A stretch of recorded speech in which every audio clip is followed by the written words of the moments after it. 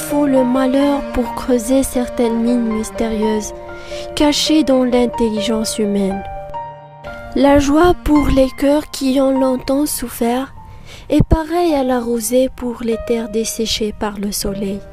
Cœur et terre absorbent cette pluie bienfaisante qui tombe sur eux et rien n'en apparaît au dehors.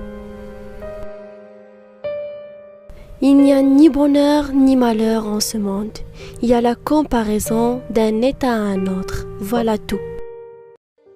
Ces beaux mots sont des extraits du merveilleux roman Le Comte de Monte Cristo. L'agréable œuvre de l'un des célèbres écrivains français du XVIIe siècle, Alexandre Dumas, dit Alexandre Dumas père. Né le 24 juillet 1802 à Villers-Cotterêts, est mort le 5 décembre 1870 au Hameau de Puy.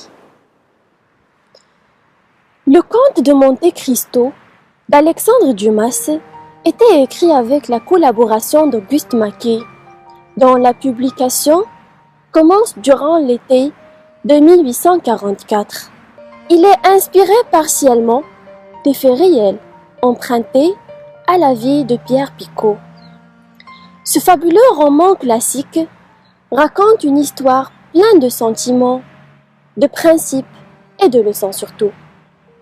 C'est une histoire sur la vengeance, l'argent et l'intelligence.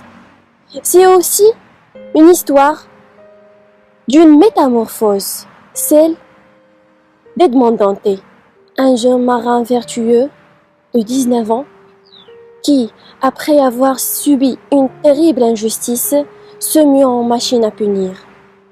14 ans plus tard, il revient sous une autre identité pour se venger de ceux qui l'ont mis en prison. À travers cette longue histoire, on vit une formidable aventure, avec des dénouements presque réels et avec des personnages vraiment inoubliables. Je vous recommande ce pur classique de tout cœur.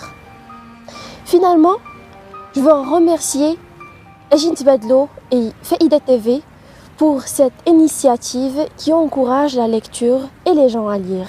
Merci.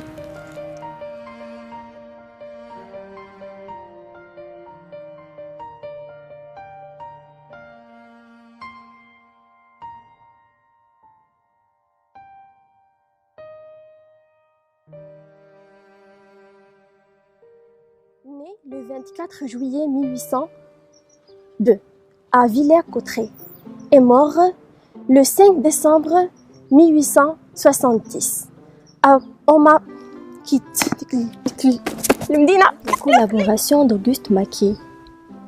D'abord, en thème de peine.